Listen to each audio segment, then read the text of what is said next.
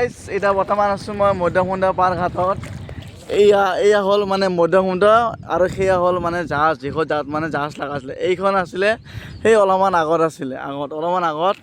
এতিয়া বৰ্তমান মানে পানী বাঢ়িছে, পানী বাঢ়াৰ ফলতে জাহাজগিলা মানে বন্ধ হৈ আছে।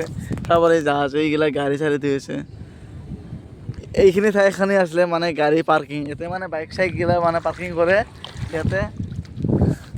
কোনোবাই যদি ভাবি আছে ধৰি লওক মই জাহাজেদি মানে পাৰ হৈ যাম মানে গুৱাহাটী খেতি, এতিয়া একদম মানে ভুল কাম নকৰিব। এতিয়া বৰ্তমান জাহাজখিনি মানে বন্ধ আছে, হয়তো আৰু দুদিনমান লাগিব পাৰে, কাৰণ বহুতখিনি পানী উঠি আছে। এইখিনিলৈকে বহুতখিনি মানে সময় লাগিব পাৰে, হয় 2 দিন 3 দিন লাগিব পাৰে, হয় এসপ্তাহ লাগিব পাৰে। মানে এইকেইদিন মানে বতৰটো মানে কোনো মানে ভৰসা কৰিব নোৱাৰে না।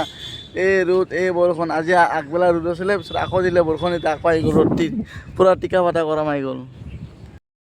আমি বৰ্তমান খাই কেনে গুচি আহিলোঁ। আজি ব্লগটো আৰু বেছি দীঘলীয়া নহয়, এয়া চাব পাৰে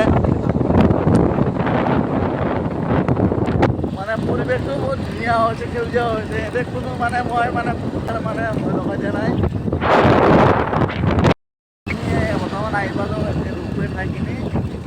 ৰোপৱে আৰু এই ৰোপৱে এখন আহি আছে গৈ আছে। এয়া হ'ল ৰোপৱে, এইটো নৰ্থ গুৱাহাটীৰ ৰোপৱে হয়। এইখন এখন ৰোপৱে মই দেখাই আছোঁ।